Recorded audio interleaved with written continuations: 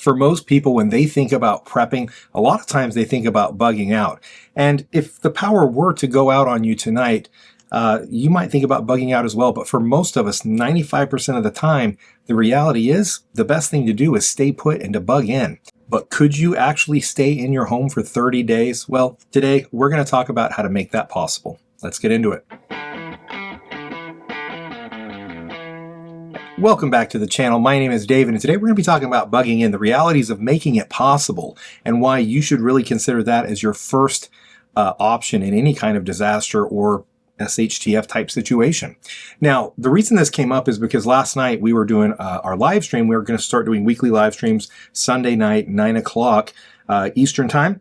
Would love to have you there. Come ask me questions, participate with the community as we all try to get better at prepping together. Anyway, one of the comments that somebody made was, I've got this situation and I, how do I bug out? And my answer was, don't.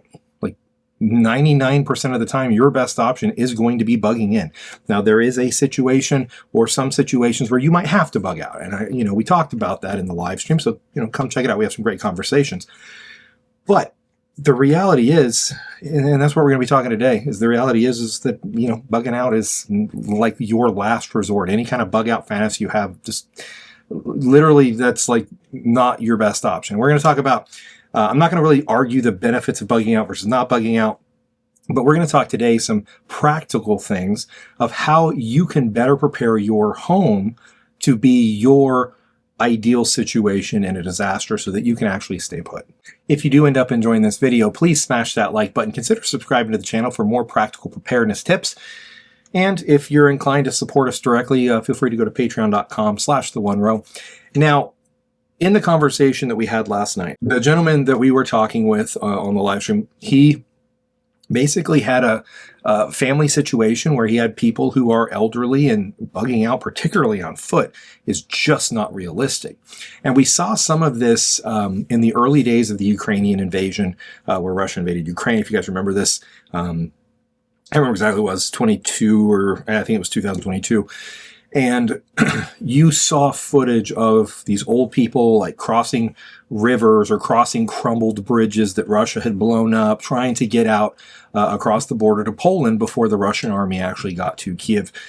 And I think that's kind of instructive. Like there are situations where bugging out is your only option. And some of the old people on the TV, they were literally shuffling and carrying just grocery bags, what they could. I mean, that's all they had.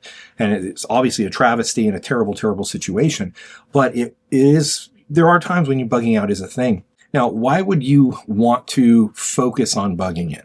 There's a couple reasons. One is because you have family members or friends who are part of your group that you want to protect, that you want to provide for, that can't go anywhere.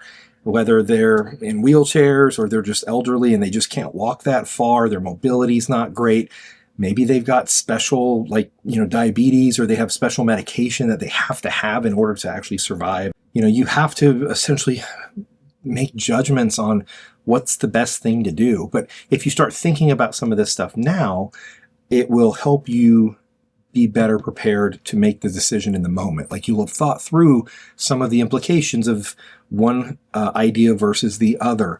Frankly, I've got kids, and it's a lot of kids. So it's not just me and my wife or me and some buddies. It's me and a whole herd of folks. And so bugging in is what I'm focused on. The other benefits of staying at home is it's where your stuff is. It's easier for you to prep for months of food, weeks or months of water, all your prep gear, defense plans, in a bugging in scenario. If you have to go mobile, how much food can you legitimately carry? How much water can you carry? And the answer is not that much. Now, there are situations, hurricanes, earthquakes, tornadoes, chemical spills, Russia invading your country, whatever it might be, that might lead you to have to bug out. Now, in order to successfully bug in, you've got to account for some things, right? First is water. You have to have enough water or ability to get water at your bug-in location to make it feasible. Now, you may be on a well, but is your well powered by the grid, or is it powered by solar, or can you plug it up to your generator? It's a good question. Are you on city water? Well, if you're bugging in and you're on city municipal water, whatever it might be, you may have water for a while after the grid goes down. Like the pressure will stay up for a bit. And so you've got, gives you a couple days there to figure something out. Are you close to lakes, streams, rivers? Do you have a pool? Do you have the ability to have stored water, whether it be through aquatainers or cistern or some other form of water storage? Can you store enough water to stay in your home? Again, that water may not be purely stored in your home. It might be a balance of stored in your home plus water filtration and sanitization, some plan you have to do that to make that possible. The next thing after food and water is safety and security. You need to have a plan.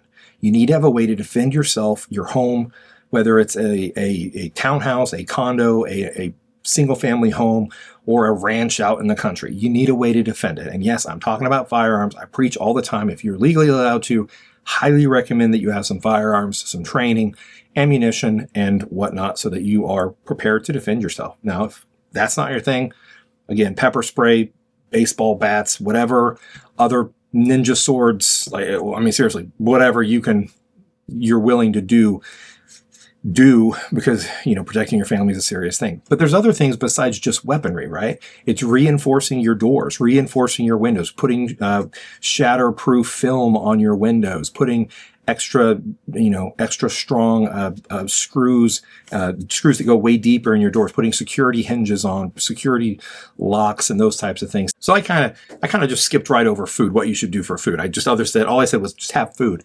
When you first get into prepping, my recommendation is to just stock more of what you normally eat. If you normally eat pre-made mashed potatoes and saltine crackers and pick XYZ macaroni and cheese and top ramen, buy more of those. Buy things that are easy to cook, just add water and heat them up, make it simple, but stuff that your family is used to eating. Now, recognize you may not have power, so refrigerated items might go bad very quickly. Freezer items will stick around a little bit longer, but again, they have a shortened shelf life unless you have a plan to keep those things plugged into some kind of a generator. And then if you need to, just do a little bit at a time based on what your family can afford in their budget. Just slowly add things into that pantry until you've got a full pantry. If you have a full pantry, depending on the size of your family and the size of your pantry, I know there's a lot of variable there, you'll probably end up with a couple weeks worth of food that you can get by with between rice, beans, mashed potatoes and pasta and peanut butter, all that kind of stuff. You can get pretty far just by doing that stuff. Now, after you get past a month of food, it's hard to keep a pantry rotation system going with more than a month's food. You can do it, but it's a lot of work. For me, it's easier after that full pantry. We have a full pantry. We keep it full almost all the time. It's completely full. After that full pantry, I do recommend going to rice, beans, and long-term stored canned goods. If you're going to stay in your home, there's certain systems in your house that need to keep functioning. Earlier I talked about the well. If you're on a well water or whatever, you need to make sure that well is able to still pump water that you can flush toilets. Flushing toilets is critical in staying in your home. Now, you can obviously manually flush it by just pouring a bucket of a couple of liters of water into the toilet. It'll automatically flush. Is your septic system one of those septic systems that's going to does it need a pump to pump the septic from your septic tank up to your drain field, for example? Like my parents' house, their septic tank is lower than their septic field, so they literally have to pump the sewage up. Is that pump system on? Can it be connected to a generator of some kind, right? To keep that sanitation flowing properly. Do you have, an induction cooktop, for example, or propane stove, like a propane camp stove, plus the propane to actually cook that food. You have to have power and a way to either power or propane or some system so that you can cook that food. You're going to want some lights, for example. You want the ability to recharge phones. You want the ability, if you've got family and kids, you're going to want to be able to plug a TV up every now and then and throw in a DVD or something just so that, for morale boosting and try to normalize things a little bit. Sit around and play cards with the little camp, solar powered camp lantern in the living room or whatever. Try to maintain some of that normalcy, particularly if you have kids. Now, I recommend getting a solar generator generator. I think they're amazing, amazing things for us to get. The pricing on them has come down so much. Make sure that that generator is capable of powering the items that you want powered at the same time, or as power, an induction cooktop requires quite a hefty generator to hit the wattage. So you got to make sure that you buy something that's going to hit those values to run the things that you want. If it's a solar, then you have to look at what solar panels you have to actually recharge that generator. So these solar panels, plug them into the generator during the day, and you can run the generator during the day, but you can also run it during the night if you can charge it all the way or charge it enough. Do you have enough solar panels for that? If you run with a traditional gas or diesel generator, do you have enough fuel to get you through 30 days? In addition to that, you want lighting. So rechargeable headlamps, rechargeable lanterns, rechargeable flashlights, and you also want a rechargeable radio so you can know what's going on around you. Also keep your phones charged. That takes us to communication. It's not hard to go onto Amazon and get some Baofeng radios or something comparable to those. Get them programmed. Don't just, when you get them, they generally come unprogrammed, so you need to program to some certain things. It's a whole different problem that you have to solve once you buy them to get them to actually run properly. Just AM, FM radios are kind of important too. Listen to the local stations. And the last thing is community. And I'll be honest with you, I'm not particularly good at this one because I tend to really try to keep my, I'll say it on the internet because very few people are actually going to see that and then know me in real life, right? Or live close enough to me where it would be a situation. But I try to keep my preps quiet around the neighborhood. I don't want everybody to know what I have or don't have. So it's hard for me to build a community because I'm that way.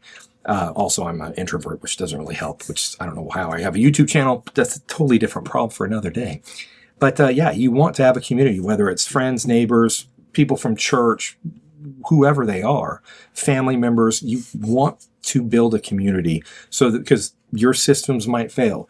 Now, I talked earlier about morale a little bit. I think that is important. We talked about the ability to plug in TVs and stuff, or a TV and a DVD player, etc. Board games, card games, for little kids, they're going to want more normalcy. So if you have kids coming to your house and it's not you're not like little kids and they need toys, have some extra toys around. Stuff like that can be hugely helpful. Now, we talked about the time of how long you should be prepared to bug in for. Now, my recommendation is as long as possible, right? The longer you can stay in your home, the better. Like a Florida hurricane or what happened in North Carolina with the flooding, for example. In many cases, they were without power for 2-3. For Florida, it's 2-3 weeks. For North Carolina, it was even longer in some cases. So it's not unrealistic to think that something could happen that would lead you to be without power for multiple weeks. Earthquakes, a major earthquake in California would take the grid down for a very long time for most people. Tornadoes in the Midwest, they can wipe out whole towns. And if that were to happen, then you are going to be without power and many of you have had to live through that kind of thing. And you're without power for a week or 2 weeks. If you're actually hit, you're even longer. If you're starting prepping, right? If you're new to this, and which is, I hope many of you are, that's really the people I want to reach with this channel is people who are new, because I want everybody to have some basic level of preparedness. And if you're super prepared, obviously awesome and good for you. And I want you here too. But I really want the community of preparedness to grow. I want people to embrace the idea that governments and systems and things that you rely on aren't as reliable as you might think. And it's really, really smart and wise to be a little bit more prepared and self-reliant. So the end message for this is you don't need a bunker. You don't need an isolated ranch in the middle of nowhere. With where you live in your current situation, you can affect change with some money every week, step by step, to get more and more prepared. Adding a little food, adding more water storage capability, adding some basic gear, et cetera, et cetera, et cetera. And obviously, as you prepare more and more to bug in, that's going to prepare you more and more to bug out if you ever had to. Now, again, last resort, but those two concepts actually build on each other. Question for you. Have you ever had to live without power for an extended period? I'm talking more than, say, 24 hours. What are some things that really leapt out to you that were just, the situation of I just had no clue I would not have this ability or not have this capability, or I really wish I would have had this. Please leave a comment below. Let's just kind of all help each other to think through the things that could happen and some of the things that we might want to be better prepared by doing. Anyway, if you enjoyed this video, please smash that like button, subscribe to the channel if you haven't. I'm so grateful for all of you, and we'll see you next time.